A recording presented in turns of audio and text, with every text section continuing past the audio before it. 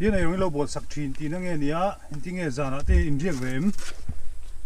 tiền rong kan bol saka zana chon riak ve lo ve tang pal te ho ye so zinga inkal nghe chơi kama nang mani in kho to inkal choi khama kankal nghe nuo em mà sớm em seom lo ve sớm lo mà chon đi với khát cần nào vậy trên chỗ với khát cần là tên nia nang ni kala mi kha mới khát cần nào vậy anh chứ tôi xem sắp rồi ole ai hi anral thuom nei chu nia seru kherania ai marbul ai hianin mania porong kai tuman oman te la hianin no chuan lo per to kai tum lo per nual to ni rong kai tum hin om zo reng ani ome tiang chu ni wang chuan seru kher lo deuh te po hi man ruan man te po ngai mai theya hian ra le lampang mai so sonin tripura ni arong kal kha chu per pop khani maya mara chu hay thadeu te chu nom sela chu a thako bang amara chu a thashim shima seru khera per hianin an hlau em mani tope helai mun hi luimoi kholu dona chicken an siam ania ti hianin alut chuak ura piang te kha dela hin lekha an nei chuan an chho tira helai kaltang tur hianin strict khop maya lekha an nei lo chuanin an chho tir ngai lo ni an get siam dan hi la hin hei mor siam ati hian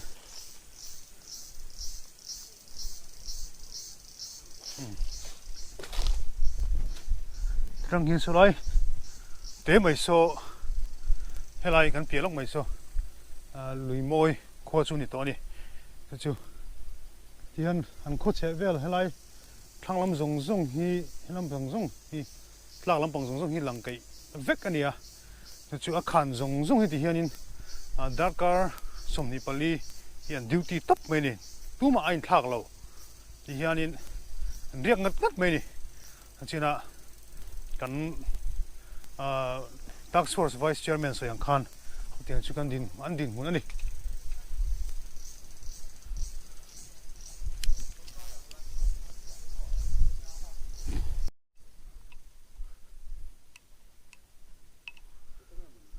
yan luimoi kho chung hei kan throi tu te nei kan lut dona kan en zoi anga ting gen halak dan te lockdown hian zom thai em ti te kan en dona ni tin heta hian kan ho tu te hnung lamai an thua hi luimoi kho chung kan lut ta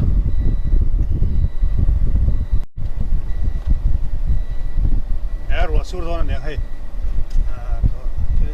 sen sak maya an ko chung kong hian nuam khop maya no hei kedi ro dan ya kun kan plan hi dian duty ania mhb asa lampang te po an duty ni dikhanin a thalai mi pa thalai ho hi ram noi an ramua yan mhb te mup te kami tlema kumu polam pang de ole mai chia deute asa lampang te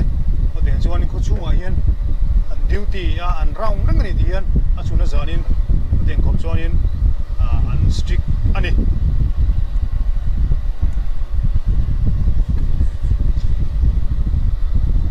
ko chung kong pon nuam khop mai hei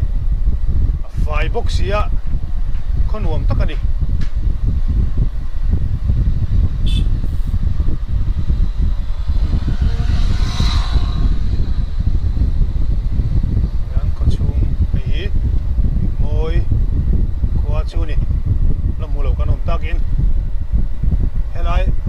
zel helai zel hi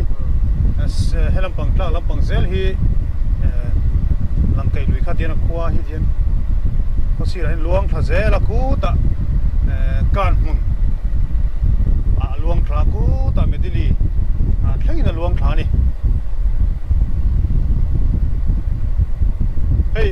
pon chuak mang pon om lo tlang mai in khar deuh vek maya emi lockdown an kalpui hi sarkar an kalpui hi an zom thaviu niom takani hei ti hian tuma kot lai engemaw han ti zok ma ni compound na han chuk zok ti lowa chuanin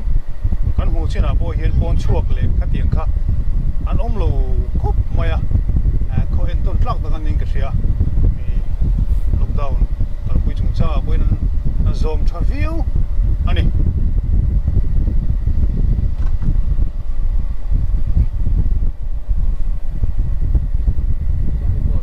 duty post an siam le a hi get lo siam a ala duty post chu oma chu lockdown ani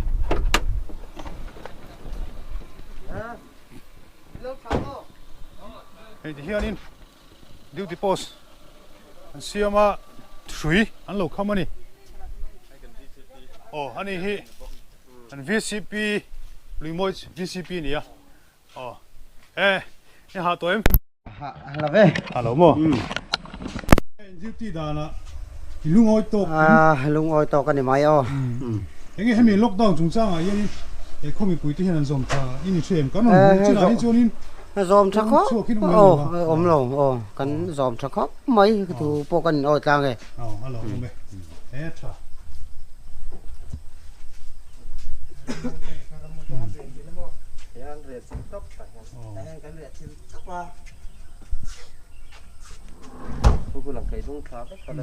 cái này hiền hay gắn huồng hiền tại hiền in chắc liền quý mấy lâu đi à hay lại à Luimawi tax force thì hiền cả tận phal tổ lâu à driver lệ handyman hi thì hiền in anh này là in tu anh chom top mấy nè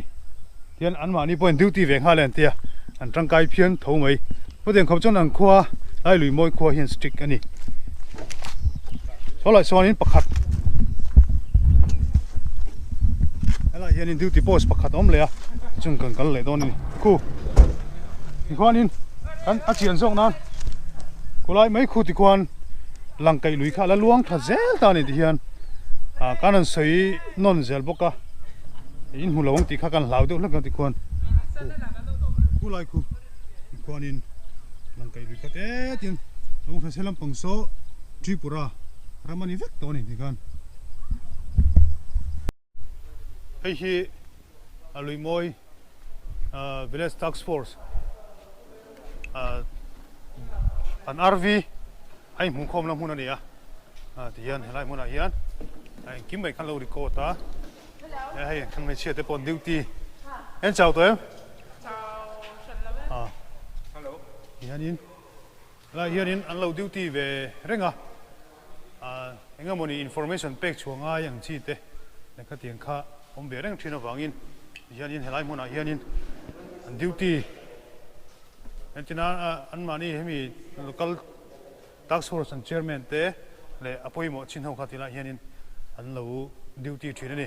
Luimawi village level task force committee chairman cái này Luimawi à hey min trần pui tu te chunga hianin lom thu sei na tu tam tak kan nei a zong song a chon han sei la tu na hian bu fai te pom ha ni min lai kan bu fai back som hat check MNF group in anin siama halai Luimawi a hen kan har san te min riat puya te po chonen hei bek som han ron da a hei ngan ron da te hi zanin ta ya emo ya chamte kan pe chuak don a tin hemi pialama Luimawi kho chung chok ni lo vai veng kan nei te la koper I members za som sari le patni an oma chung ho chu san pain sarkar hian tran puina an da dong lova chung ho te po chu kan ke pangaya heng te hi som khavel hian in min riat pu la ti kha kan tar lang do tin tran pui na sang sang dor pui veng thar dor pui veng le chinga veng atangin tran pui na bu fai bek ngamani zat le alu te purun sen te le poisa fai te kan dong kan lom hle maya hei bu fai te phei le bu fai le alu le purun phei chu hei zanin tlaya kan sem chuang hal don ha zawan kan sem chuang vek don ani hei an chunga hian kan lom tak set ani ka kan tar le tu so kan ni chu helai lang kai dung khuwa zong zong kan boina chu hei ni hian Tripura tangin zoo hi anon supply hei Luimawi khuwa po hian an mana hian in engemaw za hi an ti che to bawk ani hemi bang hen dam doi hi anon supply renga chu chu ingat tinge kan ramut ingat tinge an va duty na sa ve an ti ni pon hei hi kan ven pakhat ani ta ni lelam pang lok hi lang kai ania na china kan sai ta kan khan ka thua son positive an mu to a mo chu en tinge kai darang kan tha chia lo wa mudang amidang chu positive an mu chu kan tha chung ho lo na ngin hemi pen hai in in thu group an mai thei ni chu mi chuan zu hi ron sab an ron supply thaya sarai ti kuk te son an ron supply thina chu ku ta in khoi tang te boi sai pe ka tang te kai thina chan sa sang si an tia chu wa chun hei hi ti hianin Luimawi tele kan mun te borei bung thuam zol nuam veng pui i zong khilai zol nuam tam ne ria chung tele heta zamuang thripo kolalian sai ko clear ani de vekani ram ri de bom chu kan boina chu nia chu wang chuanin helam pang boina hi anep lawani covid 19 kan supui la ka kain ven rol hian rui hlo hi an ven til ani zelawangin a boi thlakin hau tak le ni ti kha zoram mi puite pon lo hria se a thau me hian langkai lui khaimi Luimawi kho chung atang khan ti hian langkai lui kha azuk po thlak le thaya hian step te pom thaveka hian hei mau hi helama langkai dunga hian tolna sa ni hi permit an dei nge chu ka thachia lowa hian hei hendi po lo tang thup maya khi lai lo khi tripura mai khania hian lei hian do thina tun ma chuan hian do a sona bang sa lo che to a lai hi lai chaklok helai mai hi ti hian hei Luimawi khua khani hal mai ni toin hei set khop mai lai vel chu oti khanin Luimawi khua ina hemi lockdown ang kalpui dan le an ramun dan te le an har sana sang te le an lom thu soina te anganon kan ngai thla in ganon ti chuak ania akim chang tak chu har ve ang renga trong kam thiam po hara helai an har sana te an lom thu soina te kha lo pom sakta ula in an har sana te po hi mun dang te chu ka thachia lo nangin Luimawi na an har sana hi an mai lo ni chu bang chuan zoram mi puite poin engomoti thai kan nei ni chuan an ma ni Luimawi khua te po hi khon lian tak chu ni lo ona chun har sana te he video tanga in lo munga in karinga en te po engom har sana an har sana te kan pui thei ni chuanin a thakoping karinga ni chu a thane mai thua kan au pui ni sela 3 2 10 zawai mong traffic ule